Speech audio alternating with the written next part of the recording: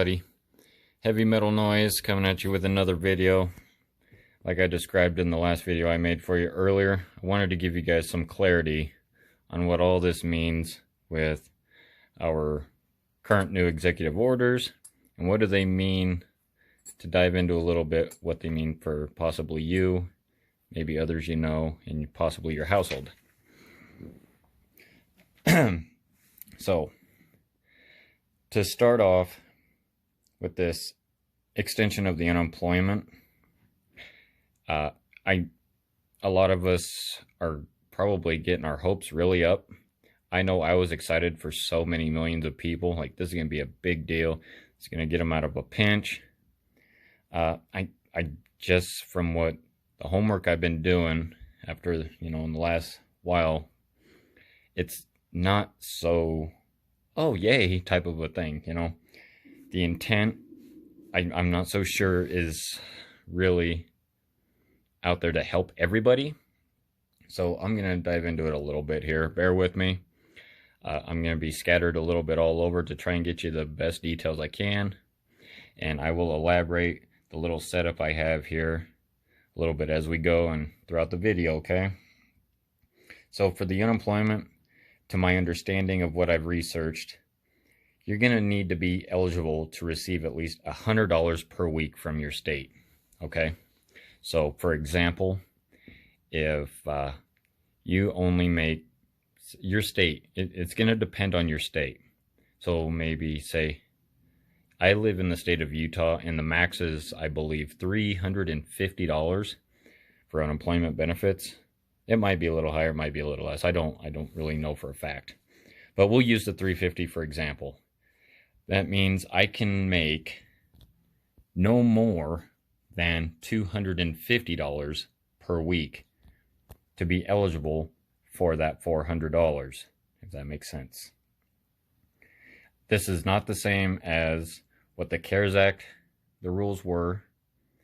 You were getting that $600 as long as you fell within any of the criteria to receive any monies from your state. So, what this means, after going across the board, income earners, looking who is going to really benefit from this, is the really low income earners. And what I mean by that is, say, minimum wage workers. Like I said, it depends on your state. Some states don't give hardly at all unemployment. Like example would be Oklahoma. If you live in Oklahoma, your state benefit is really low compared to some others. And to get that $400, it's still going to be ends meet funding. And so the more and more I look into the unemployment extension, it's not that great. With the new rules in this executive order, reading the paperwork on it, I don't understand. For a while I was, like I said, excited for a lot of millions of people, but this is really going to help those who are barely getting by anyway, and the $400 isn't much help. So I wish I had better news about that, but everything that I'm able to gather, that's exactly how it's going to play out. And personally, I don't think it's going to play out that well anyway. This is not what the left or the right, in that matter, even wants. This kind of goes against the grain on even the GOP. So, with that being said, low income earners, minimum wage. The folks, if there is any minimum wage earners out there still, I don't know how you're even paying the light bills anymore. Employers who offer minimum wage should be imprisoned for treason to treat Americans like this. And so, this unemployment extension doesn't help a ton, and the funding from it is going to come from, what I understand, the disaster relief, like in case of a hurricane, tornado, natural disasters type of fund, FEMA type of deal. So it's the unemployment funds are in a race and a hope against Mother Nature that somewhere there's not a terrible disaster that happens. And if there is, that fund shrinks dramatically for whatever the funds are needed to sustain that disaster. And doing the math, even if there's not, you do the math of, I'm going to say, at least 31 million people unemployed seeking some kind of financial assistance from our government. And you times that by, we're going to say 400, obviously. It might give us till the end of August. Those of you who are seeking this assistance, it's going to get you, and it's going to kick the can down the road merely 3-4 weeks. Because as it's written, this is going to be retroactive as of when the $600 boost expired. So, and even still, if you made any bit over the memorandum of $1 over that 250, just as the example, you're not going to qualify. So I really don't see the excitement in this.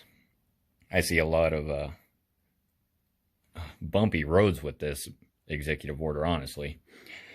But we're going to move on from that. I wish I had better news about that. But I'm only trying to give you accurate facts, as they come out. It's so cluttered. Every source is still gathering different, views and trying to put the pieces of the puzzle together like me and you. Payroll tax cuts. This executive order only defers them as of right now, okay? So they're not forgiven. This is only if your employer decides to participate in the payroll tax cut. I'm going to say a lot of employers are going to look at this and say, okay, I'm going to give my employees, for every $1,000 you'd take home about $76 more. And the employers are going to look at this, some, not all, but I'm going to assume most. Okay, they're going to get a pay raise, but then I got to tell them, oh, I got to take it all back. You need to pay that back now. Like I said, it's only deferred. It's not forgiven. How the employer would go about taking back the money, probably through the paychecks, taking it back, or God forbid, one lump sum, because there's so many out there struggling that they wouldn't be able to do that either. So I don't see a whole lot of positive on this other than immediate. You got to be making upwards of $50,000 for this to really have, a substantial effect on your income, So that's not as great as some were thinking. The eviction ban. Sounds great, but for those, there's going to be a lot of legalities if this even stands. And I see a lot of it coming down the negative pipeline. If a landlord is unable to collect their rent and say they get into a dispute with you, or, just an example of any tenant that may not be at risk to spread the illness that we're dealing with, one of their attorneys can go to the courts and make that argument and just basically, in plain terms, say you're out. There's got to be some kind of defense, a hard defense against why you're unable, why you shouldn't be evicted. It's a more corrupt entitlement. Attorneys are going to go after the tenants, depending on where this goes. It's so up in the air. And I don't see a lot of good coming of this, because every attorney is going to see, because the numbers are scary and deceiving, but there are more people who do not have the illness than do. And so those who are going to possibly be victim of this, attorneys, all they got to do really is say, hey, there's no need why we have to have this tenant here. They're not a risk. We need to move on and provide our landlord with somebody who can pay. It sounds pretty evil in my personal opinion. It really is, but it's what we live in right now. I'm really, really hoping for everybody, all of Americans out there, that our Congress and Senate can come together and really bite this thing in the rear before any legalities, and just shut this thing down before it has to get ugly. than we're waiting for weeks in legalities, in court battles. So, and as far as the student loan executive order, not a whole lot changes in that. Hardly at all. I don't see any bad coming of that. It pretty much stayed exactly the same. It'll defer the interest rate or interest payments for all those who have student loans. And so I know that's a big help to a lot of students out there trying to complete their college and get their degrees in whatever fields it is. So I don't see anything bad with that one yet. All the research I've read about it, not much changed with that. So on to what we're looking at here. I hope that gave you guys some clarity. That's the research that I'm able to gather as of right now. I hope it helps. And if you like this content, just give that like button a big roundhouse kick, all right? Because we're getting a little irritated here. We need to take out some aggression and let that like button be the thing you do it on. So, subscribe. Hit that notification bell if you would. I try to give you the best content I can. I know it's not the top premium. I don't have all the cool technology. It's a low budget channel, but I'm able to put out some information that a lot of people are seeking. And I learn a lot as I'm going to provide it as well. So what am I doing here? We got money, we got gold, we got silver. The point of all this, I want to emphasize, please do not wait for these potential relief systems, these executive orders. Put them out of your head. Like I said in my last video, just pretend that nothing happened, okay? That we're still waiting. Millions of Americans are still waiting for the real bill to come down, okay? We get wrapped up in our heads about what the president is doing and all tied up in what could happen, what might happen. It's just going to drive you crazy. And so the point of this is to stay the course, continue to try and be your own central bank. The golden rule. The golden rule. Do your best to have some money set aside, and I know a lot of you are doing your very best to do that. Like I said, the golden rule, be your own central bank. Stay out of the news. Like I said, it's just going to drive you crazy, and we don't need more negative thoughts. We don't need more negative energy in our households. We need to be there for one another. And during these actions by the president, the markets are going to respond. Okay? They manipulated the job loss numbers as of last month for the July numbers. They took 1 week out of July, believe it or not. From the 12th to the 18th, it was a 1 week period. They didn't use the whole month of July. I'm not even kidding you. So they took the whole numbers of July. They deciphered, okay, stuttering and stumbling all throughout what they need to put out some good news. They took the 1 week of July where numbers increased a little bit across the board. And that's the numbers for July. Not mentioning that they said that they added all these jobs in July. No, that was 1 week. The rest of the month was a disaster. We had, once again, the 20th straight week with over 1 million job loss claims. Nobody in the news is talking about any of that. That statistic of over 20 weeks with 1 million plus job loss claims. You won't find a station talking about it. And so, like I said, these markets are going to respond to what the president did, what's coming in the future. They're going to try and dictate it. More manipulation coming. And with all of that happening, these and this, I truly believe, especially this, is going to soar amid. I could be wrong.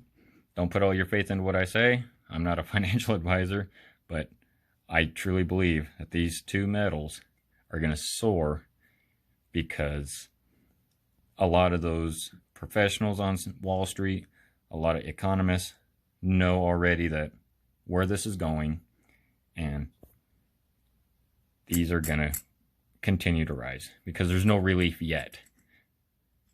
The metals already know. They've heard the news. That means more waiting. and more back and forth punching. So in order for these to have any pullback, in my personal opinion, there needs to be a bill that comes down the pipeline to just suppress them a little bit. Not even a big pullback, but I think you're going to see the prices of gold and silver go up. This is going to be an interesting thing here. Watch the dollar index. It's at 93, just over 93 basis. Still in rough shape. It's not the worst it's ever been, but you compare it to how the euro is doing, the euro is doing very well. This is about 20 basis points below the euro at the moment. So keep your eye out on the metals. I think they're going to go up until we can figure out what these yahoos in Washington can figure out. I'm not holding my breath. I'm going to stay the course. I'm going to try and put more of this away. Security, food, yada yada, you know, the stuff that are necessities. And like so many of you, putting away a little bit of the silver away. If you can afford the gold, do that. But for your budget, I think it's more important now than ever, while we're waiting on these yahoos in Washington, to get the metals you can afford. Whether that be not necessarily gold, not gold, but if you can get the silver in grams, half ounce, quarter ounce, things that are super cheaper than, say, a full ounce, go that route, because at least you're getting the metal, all right? You're still adding to the stack, and it's going to be used in a necessity in the future for smaller denominations of it. So, and that will continue to boost your confidence that you're doing something. Doing nothing is worse than anything. Go out and do what you can each day, and know that you did your very best, and you can lay your head on your pillow knowing that you did your best. So, and with that, I'm going to end this. And if I get any other updates, some more clarity, hopefully I can bring some better news. But I think, like you, I'm going to be stuck doing research and reading the same stuff over and over again. We might just have to let this play out. But until then, stay motivated, keep your head up. You're luckier than a lot of other people out there, okay? Always remember that. If you got even just one of these, you got more than so many others. So, like I say, with that, I'm going to let you enjoy the rest of your Sunday. Be nice to people, spread some positive energy, and be thankful for everything you got. Heavy Metal Noise signing off. Have a great one. Thanks for your time, and we'll talk to you soon.